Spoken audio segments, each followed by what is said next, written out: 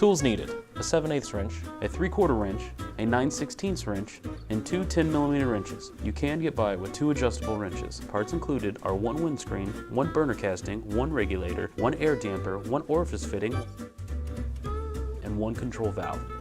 Version 1 and 2 hardware varies. Please reference to determine which version you have.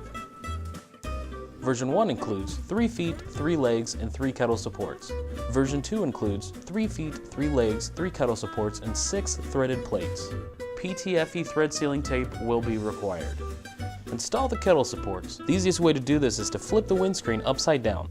Place the kettle supports under the windscreen so that the holes align.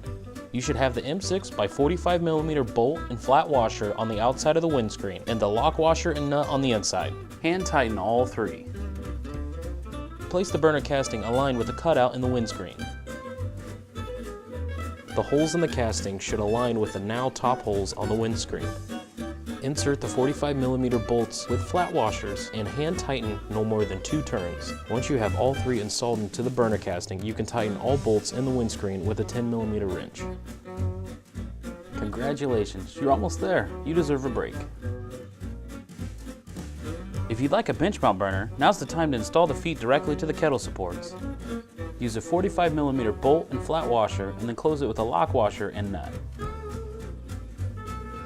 If using at this height, always secure the burner to a non-combustible surface with fasteners.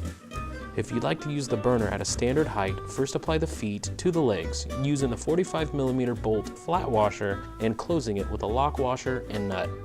There are 2 versions of leg connectors depending on your burner. Version 1.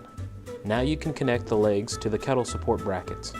Slide the leg into the kettle support. Insert the bolt with the flat washer through both pieces. Put a lock washer and a nut on the other end and tighten. Repeat this step on all 3 legs. If using the leg extensions, you should install those first to the kettle supports. Version 2. Use the 8mm bolts and lock washers to attach the threaded plates to the leg. Slide the legs with the plates into the kettle supports. Insert the 8mm bolt and lock washer through the leg and kettle supports and screw in. Repeat this step on all 3 legs. Flip over and tighten with a 10mm wrench.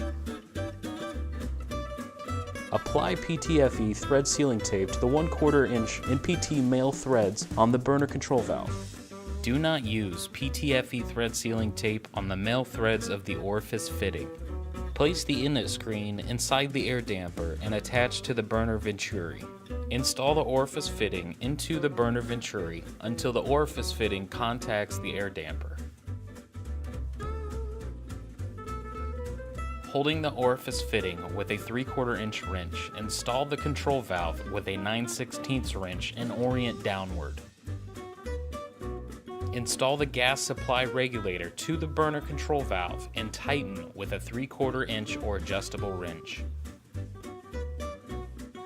Before attaching the regulator to the tank, ensure that all valves are in the off position.